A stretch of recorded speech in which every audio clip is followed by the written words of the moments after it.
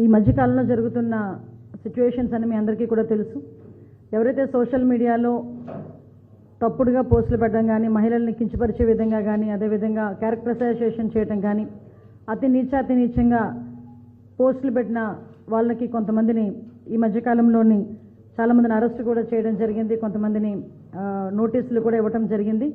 అయితే దీని మీద ఎవరైతే వెళ్ళకూడదో, ఎవరైతే నోటి నుంచి, నేను చాలా సందర్భాలు చెప్తుంటాను, కొన్ని పదాలు కొంతమంది నోట్ల నుంచి వస్తూ ఉంటే కొంచెం ఇబ్బందిగా అనిపించే పరిస్థితి మనకు కనిపిస్తూ ఉంటుంది. దానిలో భాగంగానే వైఎస్ఆర్సీపీ నేతలు నిన్న ఎన్హెచ్ఆర్సీకి వెళ్ళి ఇక్కడ ఏదో రాజ్యాంగం సరిగా నడవట్లేదని, లేకపోతే ఇక్కడ రాజ్యాంగం సరిగా ముందుకెళ్ళట్లేదని, అక్రమ అరెస్టులు చేస్తున్నారని గగ్గోలు పెట్టే పరిస్థితి కనిపిస్తూ ఉంది. అసలు వెళ్ళిన నాయకులకి నాకు ఒకటి సూటి ప్రశ్న.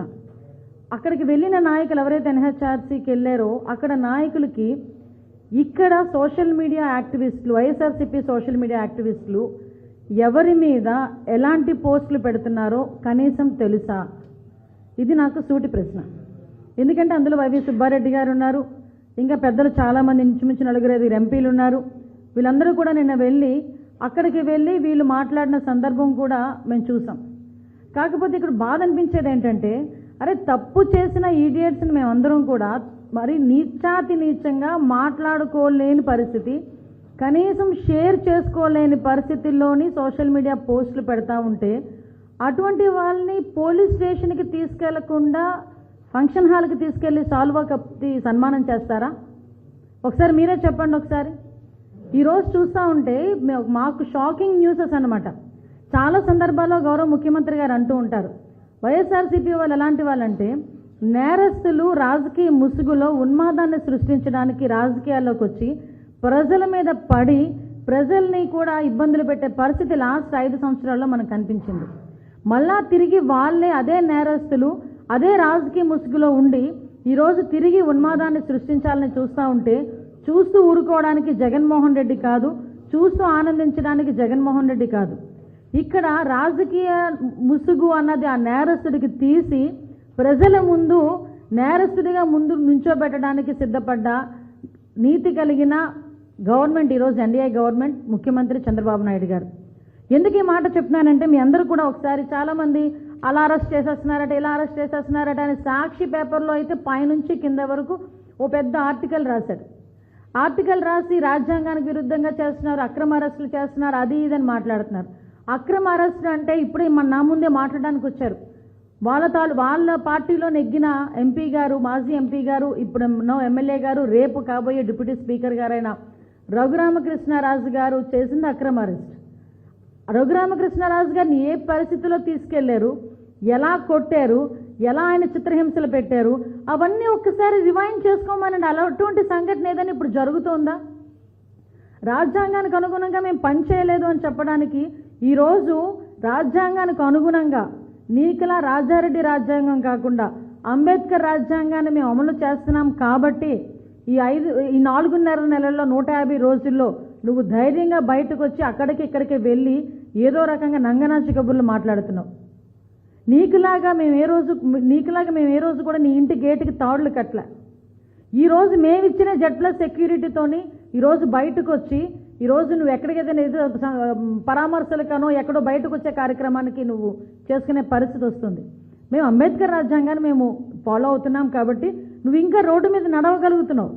నీకులా రాజారెడ్డి రాజ్యాంగాన్ని నీకులాగే ఉండి మేము అమలు చేయలేం, ఎందుకంటే మేము ప్రజాస్వామ్యబద్ధంగా ఉంటాం కాబట్టి. ఇదే విషయంలో ఒకసారి మనం మాట్లాడుకుంటానండి, వీళ్ళందరికీ కూడా ఎంత ఆర్గనైజ్డ్ క్రైమ్ చేశారంటే నిజంగా ఆ వర్రా రవీంద్రారెడ్డి తాలూకా వాంగ్మూలం వింటే నిజంగా ప్రజలందరికీ తెలియాలని ఈరోజు నేను ముందుకు వచ్చా. ఏపీ డిజిటల్ కార్పొరేషన్ అని చెప్పి ఒక కార్పొరేషన్ ఏర్పాటు చేసి ఆ కార్పొరేషన్కి వాసుదేవరెడ్డి అని ఒక ఐ డ్రీమ్స్ సంబంధించిన అతన్ని అక్కడ చైర్మన్ చేసి అతగాడికి కేవలం జీతం 3.5 లక్షలు నెలకి ఇవ్వేసేది దేనికో తెలుసా? టీడీపీ వాళ్ళని, జనసేన వాళ్ళని నోటుకొచ్చిన బూతులు మాట్లాడండి, మార్పింగ్లు చెయ్యండి అని చెప్పేదానికి మరి ఎంత ఆర్గనైజ్డ్ క్రైమ్ అంటే ఇతని జేబులో సొమ్ము తీసుకొచ్చి అతనికి ఇవ్వట్లే, మళ్ళా ప్రజల సొమ్మును తీసుకొచ్చి ఏపీ డిజిటల్ కార్పొరేషన్ ద్వారా అతనికి ఒక పదవి కట్టబెట్టి అతనికి తీసుకొచ్చి ఆ డబ్బులు 3.5 లక్షల రూపాయలు జీతం ఇచ్చి టీడీపీ వాళ్ళని, జనసేన వాళ్ళని, అమరావతి మహిళా రైతుల్ని నోటికొచ్చినట్టు తిట్టించే పరిస్థితి కనిపిస్తూ ఉందంటే ఒకసారి వీళ్ళ తాలూకా ఆర్గనైజ్డ్ క్రైమ్ ఏ రకంగా ఉందో అర్థం చేసుకోండి. మరి వీళ్ళు కాదా నేరస్తుల ముసుగులో ఉన్న రాజకీయ నాయకులు? వీళ్ళు కాదా? మీకు విషయం చెప్పినా కొన్ని సందర్భాలు చెప్తే స్టేట్లోనంట ఎక్స్క్లూజివ్గా స్టేట్ మొత్తానికి కలిపి 130 మంది ఉన్నారు మెయిన్ క్యాడర్లో. వాళ్ళందరికీ కలిపి 400 గ్రూపులు ఉన్నాయి. ఈ 400 గ్రూపుల్లోని కూడా వీళ్ళు ఏం చేస్తారంటే అది క్లియర్గా చెప్పాడు. సజ్జల భార్గవరెడ్డి అని అతను కనుక ఈ సోషల్ మీడియాని తీసుకున్న తర్వాత నుంచి అసభ్యకరమైన పోస్టులు పెరిగిపోయినాయి అని సాక్షాత్తు వర్ర రవీంద్రారెడ్డి ఇచ్చిన వాంగ్మూలంలో ఉంది. ఆ భార్గవరెడ్డి, అర్జున్ రెడ్డి, వీరారెడ్డి, సుమారెడ్డి వీళ్ళందరూ కూడా, ఆ అర్జున్ రెడ్డి అన్నవాడెవడు? అవినాష్ రెడ్డి పిఏ.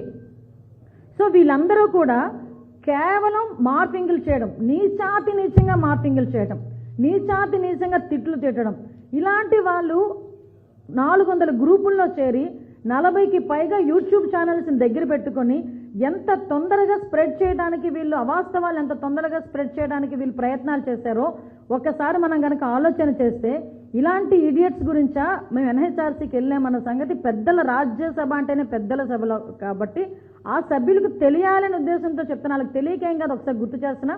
మీడియా పరంగా ప్రజలకు కూడా తెలియాలని చెప్తున్నా. ఎందుకంటే ఈరోజు మనం చూస్తూ ఉంటే ఎక్కడ ఇప్పుడు ఈ సోషల్ మీడియా వేదికగా నేను కొన్ని చూపిస్తాను మీకు. ఈ వర్ర రవీంద్రారెడ్డి పోస్ట్ విషయంలో నేను జగన్మోహన్ రెడ్డికి ఒకటే మాట్లాడుతున్నా. అరే ఎన్హెచ్ఆర్సీకి దేనికి వెళ్ళావు?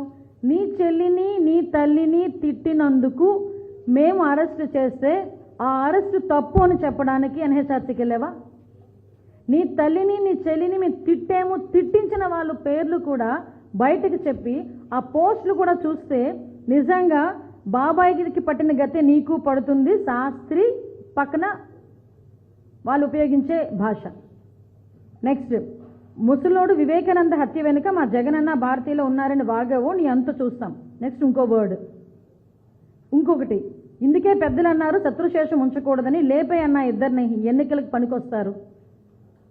ఇలాంటి నేను మచ్చుకు చూపిస్తున్నా ఈ పోస్టులు.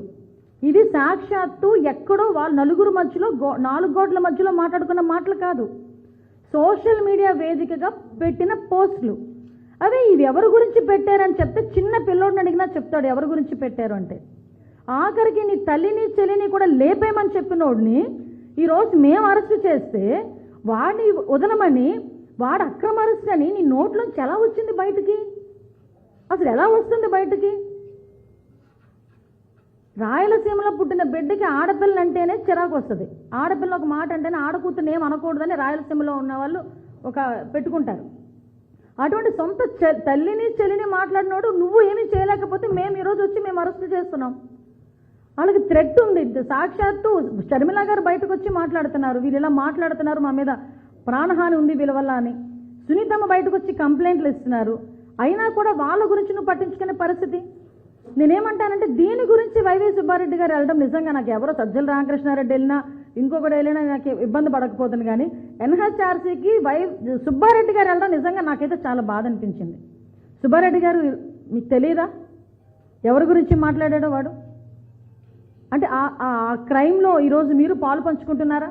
మీరు పెద్దవాళ్ళు, తిరుమల తిరుపతి దేవస్థానం చైర్మన్ చేసిన వ్యక్తి మీరు, మీకు ఆలోచన ఉండాలి కదా. ఇటువంటి పరిస్థితి ఈరోజు పరిస్థితులు ఇలాంటివి నేను ఇవ్వమంటే నేను బయటకు చెప్పలేను, కానీ చూపించమంటే ఇలాంటివి నేను కొన్ని 100 చూపిస్తాను. చాలామంది ఒకడేమో దాస్తాడా, ఎవడో మాజీ మంత్రి ఇక్కడ ఉన్నవాడేమో నా ఇంట్లో ఉన్నాడు పలానా వ్యక్తి వచ్చి దమ్ముంటే కాసుకోండి అరెస్ట్ చేయండి అని ఒక సవాల్ విసురుతాడు. ఎవరికి సవాల్ విసురుతున్నావు? ప్రజలకి విసురుతున్నావా? పోలీసులకి విసురుతున్నావా? ఏం చేస్తారు ఈరోజు? చక్కగా వచ్చి ఇంట్లోంచి వచ్చి తీసుకెళ్లారు పోలీసులు.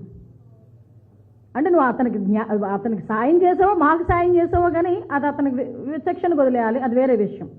ఇవన్నీ పక్కన పెడితే ఈ మధ్య కాలంలో ఏదైనా మాట్లాడితే ఇవన్నీ చేసిన వాళ్ళు వీళ్ళు అంటే సమేక్స్ వీళ్ళందరూ ఆడెవడు ఈ మధ్య మళ్ళా ఇంటూరి రవికిరణ్ వాడు పెట్టిన పోస్టులు చూస్తే నిజంగా సభ్య సమాజంలో ఇలాంటి ఇడియట్స్ ఉండడానికి అవసరమా అనిపించేటట్టుగా ఉంటాయి. అటువంటి వాడు ఆ బోరుగడ్డ అనిల్, ఎలాంటి వాళ్ళకి వీళ్ళు సపోర్ట్ చేస్తున్నారో ఒక్కసారి ఆలోచించండి. ఆ బోరుగడ్డ అనిల్ వీడియోని కొంచెం అవగాహన కలిగిన 5వ తరగతి పిల్లకు 6వ తరగతి పిల్లకు చూపించండి. వాడు మాట్లాడిన మాట కరెక్ట్ అని చెప్తే చెప్పండి, ఒక్కళ్ళతో చెప్పించండి. అలాంటోని వీళ్ళు వెనకేసుకు రావటం, వీళ్ళు వీళ్ళేమో ఎన్హెచ్ఆర్సీకి పరిగెట్టడం, మళ్ళీ తిరిగి ఇక్కడ మాకు ఇలా జరిగిపోతుంది అలా జరిగిపోతుందని గొగ్గోలు పెడతా ఉంటే ఈరోజు కోర్టు కూడా ముట్టింది. కోర్టు కూడా క్లియర్గానింది. ఎస్, ఆ రోజు వాళ్ళు కూడా బాధితులే, కోర్టులో ఉన్న సంబంధించిన వ్యక్తులు కూడా వాళ్ళు బాధితులే. జడ్జిని కుటుంబ సభ్యుల్ని కూడా నోటుకొచ్చినట్టు మాట్లాడిన సందర్భాన్ని కూడా వాళ్ళు కూడా గుర్తు చేసుకున్నారు. ఇలాంటి ఈడియట్స్ గురించి ఇంతలా మాట్లాడడం ఒక ఎత్తు, వీళ్ళు మళ్ళా బయటకు వచ్చి ఆడపిల్లలకు అన్యాయం జరిగిపోతుంది, లా అండ్ ఆర్డర్ ఇబ్బంది పడిపోతున్నాము, ఆడపిల్లల విషయంలో ఎలా జరిగిపోతుంది అలా జరిగిపోతుందని శవాల దగ్గర గద్దల్లాగా ఎక్కడైనా ఏదైనా జరిగితే పాపం అది ఎందుకు జరిగింది ఎలా జరిగిందని తెలుసుకోకుండా అడిగలు కూర్చుంటున్నారు.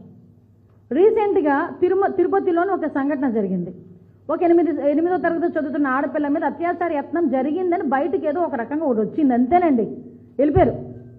అసలు ఏం జరిగింది, ఈ అమ్మాయి నిజంగా జరిగిందా, ఏం జరిగింది అన్నది ఏమీ లేదు.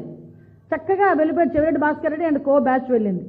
వెళ్ళి ఏం చేశారు, అక్కడ ఏమీ జరగలేదన్న సంగతి తెలిసి గగ్గోలు పెట్టారు. దానికి ట్విట్టర్లో ఎక్స్లోని కొంతమంది పోస్టులు, జగన్మోహన్ రెడ్డి గారు బయటకు వచ్చి మాట్లాడాలు, ఇంకొక మాజీ మంత్రి ఆవిడొచ్చి మాట్లాడాలు, ఇవన్నీ మాట్లాడడం జరిగింది. ఆఖరికి ఏంటి, మేము బయట పెట్టాలంటే అమ్మాయి చిన్నపిల్ల 18 years లోపు, అక్కడ ఏమీ జరగలేదని డాక్టర్స్ కూడా సర్టిఫై చేశారు.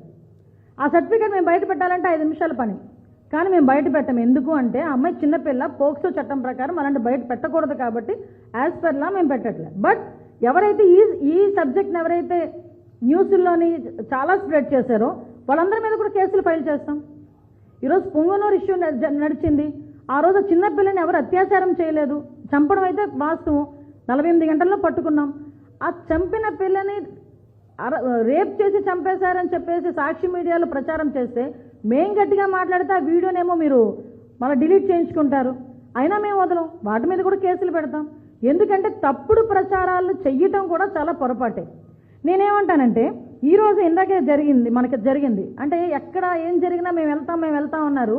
ఒక్కటి క్లియర్గా అడుగుతున్నా వీళ్ళని, ఈరోజే మంత్రాలయం నియోజకవర్గంలో కొసిగి మండలం కడదొడ్డి వైసీపీ సర్పంచ్ మీద ఈరోజు పోక్సో యాక్ట్ కేసు నమోదైంది. ప్లస్ వైసీపీ నేతలు ఈరోజు వెళ్తాడా జగన్మోహన్ రెడ్డి ఆ అమ్మాయిని పరామర్శించడానికి? పరామర్శించడానికి దమ్ముందా? ఒక 8వ తరగతి చదువుతున్న ఆడబిడ్డ వాళ్ళ తండ్రి లేని సమయంలో వెళ్ళి అమ్మాయి మీద అత్యాచార యత్నం చేయబోతుంటే అమ్మాయి అరిచిన అరుపులకి చుట్టుపక్కల వాళ్ళు వచ్చి కూర్చొని పెడితే కాలు మీద పడినా కూడా క్షమించగా తల్లిదండ్రులు పోలీసులు కంప్లైంట్ ఇస్తే ఈరోజు అతగాడు పరారులో ఉన్నాడు.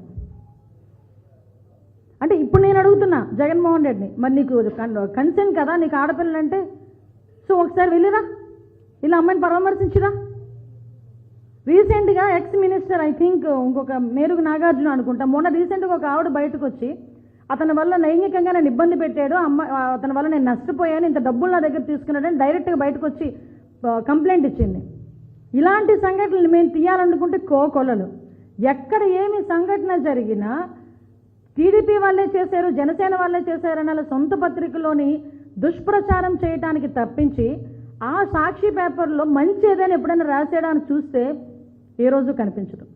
ఓకే, వదిలేయండి. కానీ మీ ద్వారానైనా ప్రజలకి నిజం తెలియాలి అని ఒకే ఒక ఉద్దేశంతో ఈరోజు నేను మీ అందరి ముందుకు రావడం జరిగింది. ఒకటేంటంటే ఇలాంటి వాళ్ళని మనం ఎంకరేజ్ చేయడం అవసరమా? పబ్లిక్ కూడా ఆలోచన చేసుకోవాలి. ఈరోజు ఇంతకుముందు వీళ్ళు మాట్లాడితే చీకటి పరిపాలన అని రకరకాల మాటలు మాట్లాడతారు. మీరు అబ్జర్వ్ చేయండి, లాస్ట్ టైం రంగనాయకమ్మ గారిని ఏ రకంగా అరెస్ట్ చేశారు, మన రఘురామకృష్ణరాజు గారిని ఏ రకంగా అరెస్ట్ చేసి అతన్ని ఎంత దారుణంగా హింస పెట్టించారు, ఎంతమంది టీడీపీ సోషల్ మీడియా యాక్టివిస్టులు ఎన్ని దారుణంగా వాళ్ళు ఇబ్బందులు పెట్టిన సందర్భాలు ఉన్నాయి. మేము ఆ రోజు న్యాయ పోరాటమే చేసామే. ఒకటి నేను ఛాలెంజ్ చేసి చెప్తా, ఏ ఒక్క తెలుగుదేశం పార్టీ కార్యకర్త కూడా వాళ్ళు ఇంత అబ్యూజింగ్ వర్డ్స్ పెట్టుకొని ఆడపిల్లల్ని మీద కామెంట్ పెట్టే పరిస్థితి లేదు. ఆ రోజు మేము జస్ట్ గవర్నమెంట్ని క్వశ్చన్ చేసినందుకే మా మీద కేసులు పెట్టే పరిస్థితి. ఎందుకండి, నేను అప్పుడు అపోజిషన్ లీడర్లో అపోజిషన్గా ఉండి ఒక తెలుగు మహిళా అధ్యక్షురాలుగా ఉండి నా నియోజకవర్గంలో కలెక్టర్కి తీసుకెళ్లి రిప్రజెంటేషన్ ఇస్తానంటే ఆ రోజు నన్ను హౌస్ అరెస్ట్ చేసిన పరిస్థితి. ఇలాంటివి చెప్పుకోవాలంటే బోల్డ్ ఉన్నాయి. మేము అలాంటివి ఏమీ చేయట్లే. నువ్వు బయటకు వెళ్తానంటే Z+ సెక్యూరిటీ ఇస్తున్నావు, నువ్వు బయటకు వెళ్తానంటే పర్మిషన్స్ ఇస్తున్నావు, ఇలాంటి ఎదవలందరినీ కలుసుకోవడానికి జైలుకి వెళ్తానంటే అక్కడికి కూడా పర్మిషన్లు ఇస్తున్నావు. ఇంకేంటి చీకటి రాజ్యాంగం? కాబట్టి ఒకటి నేను ప్రజలకు విన్నవించుకునేది ఏంటంటే, ఈ ద్వారా ప్రజలు కూడా విన్నవించుకుంటున్నాం, మేము ఈరోజు చేస్తున్న అరెస్టులు కానీ, ఈరోజు మేము పెడుతున్న కేసులు కానీ ఆడపిల్లల మీద నోటికొచ్చినట్టు, ఈరోజు మా ఇంట్లో ఆడపిల్లలు పవన్ కళ్యాణ్ గారి ఇంట్లో ఆడపిల్లలా, లేకపోతే చంద్రబాబు నాయుడు గారి గురించా, మన లోకేష్ బాబు గారి గురించా కాదు, రేపొద్దున మా దగ్గర నుంచి మీ ఇంట్లో ఆడపిల్లల వరకు కూడా వస్తారు. మన ఇంట్లో ఆడపిల్లలు మీ ఇంట్లో ఆడపిల్లల గురించి కూడా మాట్లాడే పరిస్థితులు వస్తాయి.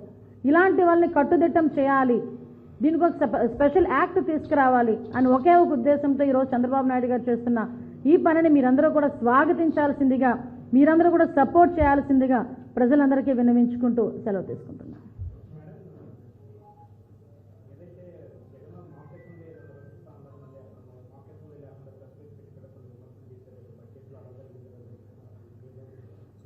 అంటే మీ వరకు వచ్చిందో లేదో తెలియదు, మాకు అసెంబ్లీకి కూడా కోరం లేదంట.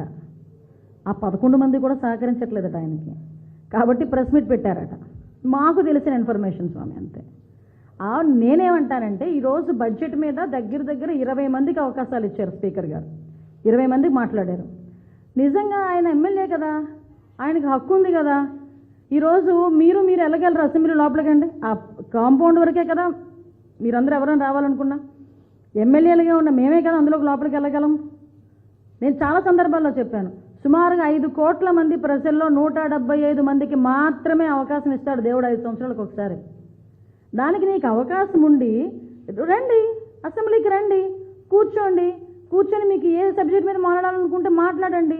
ఈరోజు 20 మంది సభ్యులకు ఇచ్చాము, మీరు ఒకరు మాకు ఎక్కువైపోతారా, లేదా మీ 11 మంది మాకు ఎక్కువైపోతారా? రేపు ఇంకొక 40 మంది 50 మంది మాట్లాడండి వచ్చి. అంతే తప్పించి ఇంట్లో కూర్చొని విమర్శలు చేస్తాం, ఇంట్లో కూర్చొని వీడియోలు వేసుకుంటామంటే ఎలా అవుతుంది?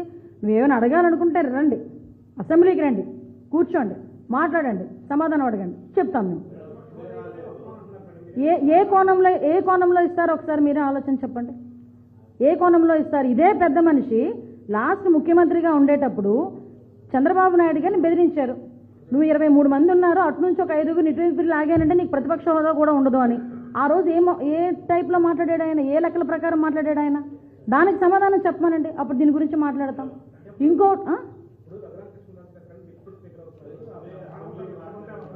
విషయం ఏంటంటే మీరు మానవతా దృక్పథం అంటున్నారు, మాకు మానవతా దృక్పథం కాదు, యాజ్ పర్ రూల్ 2 బాబు అంటున్నాం.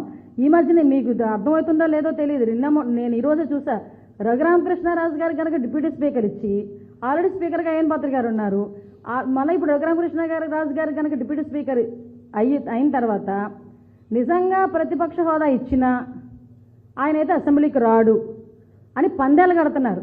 ఎన్ని రూపాయలకో తెలుసా? 11 రూపాయలకి. అంతేనండి, అర్థం చేసుకోండి. లెక్క అర్థం కాలేదా? వాళ్ళు ఎందుకు లెక్క అర్థమవుతుందండి, కొంచెం ఇండెప్త్కి వెళ్తే అన్ని లెక్కలు అర్థమవుతాయి, అన్ని లెక్కలు తేలుతాయి.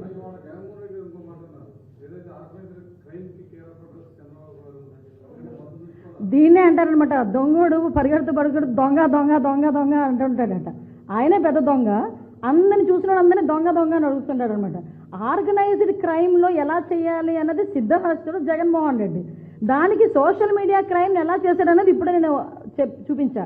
వివేకానంద రెడ్డి గారి హత్య దగ్గర నుంచి మొదలు పెట్టుకుంటే ఆర్గనైజ్డ్ క్రైమ్ అన్నది ఎలా ఉంటుందో మేము చెప్పక్కర్లే, ప్రజలు చెప్పారు కాబట్టే 11 సీట్లకి ఈరోజు పరిమితం జరిగింది.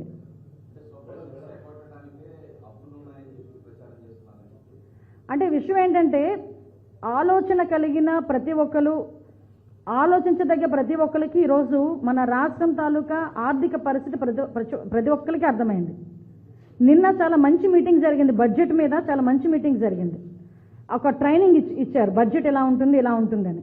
అలాంటి వాటికి వాళ్ళ ఎమ్మెల్యేలను కూడా పంపించడమో ఈయన రావడమో చేస్తే కనీసం బడ్జెట్ అంటే ఎలా ఉంటుంది, బడ్జెట్ని ఎలా పెట్టాలి, ఎలాగ సంపదను సృష్టించాలి, ఎలా సంక్షేమ కార్యక్రమాలు ఇవ్వాలన్న సంగతి తెలుస్తుంది. అంతేగాని ఇంట్లో కూర్చొని నేనేదో ఉన్న పరదాలు కట్టుకొని నేను వచ్చేసరికి ఏంటది పొగడాలి, జగన్మోహన్ అని ఒకడు, నాయన ఈ నాయన అని ఒకడు మాట్లాడడం, అది కాదు రాజకీయం అంటే. నేనేమంటానంటే సూపర్ 6 మా బాధ్యత, సూపర్ 6 అన్నది మా బాధ్యత. మేము ఇంకా వచ్చి 150 రోజులైంది, మేము ఒకటి చేస్తున్నాం. మేము చెప్పినట్టుగానే 3,000 రూపాయలు 4,000 రూపాయలు పెన్షన్ ఇచ్చాం, ల్యాండ్ టైటిలింగ్ యాక్ట్ రద్దు చేసాం, మెగా డిఎస్సీ ఇచ్చాం. మీరు నమ్ముతారా? 150 రోజులకి 150 స్కీములకు సంబంధించి మేము చెప్తాం మేమేం చేస్తామన్నది. ఆ దమ్ము మా దగ్గర ఉంది, రమ్మనండి, వస్తే చెప్తాం. అంతే తప్పించి మేము ఏదో డైవర్షన్ పాలిటిక్స్ గురించి మాట్లాడుతున్నామంటే అసలు డైవర్ట్ అవుతున్నాడు ఆయన, డైవర్ట్ అయిపోతున్న వ్యక్తి అతను. ఎప్పుడు డైవర్షన్ పాలిటిక్స్లోనే ఉంటాడు, అది వేరే విషయం. బట్ విషయం ఏంటంటే ఇప్పటికీ కూడా బడ్జెట్ మీద అక్కడెక్కడో కూర్చొని ఇంట్లో కూర్చొని మాట్లాడి స్లైడ్లు వేసుకోవడం ఎందుకు? రావా ఇక్కడికి, ఎమ్మెల్యే కదా, రండి వచ్చి కూర్చొని ఇక్కడ మాట్లాడుకుందాం.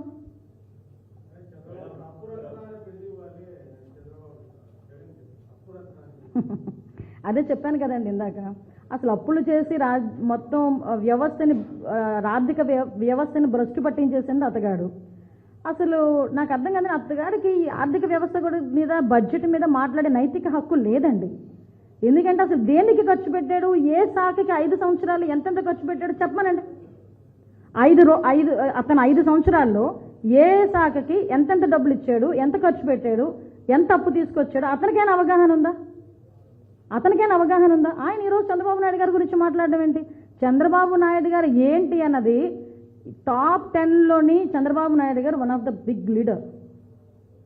ఆయన గురించి మాట్లాడితే ఇంకంతే, ఏదో అంటారు కదా, పైకి ఉమ్మూసుకున్నట్టు, ఆకాశం వైపు చూసి ఉమ్మూసుకున్నట్టు.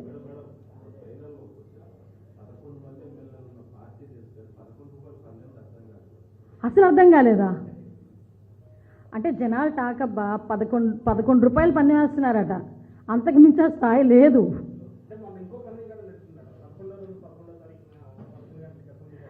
దేవుని స్క్రిప్ట్లు అండి, మనం అలాంటి వాటికి ఏం చేయలేం.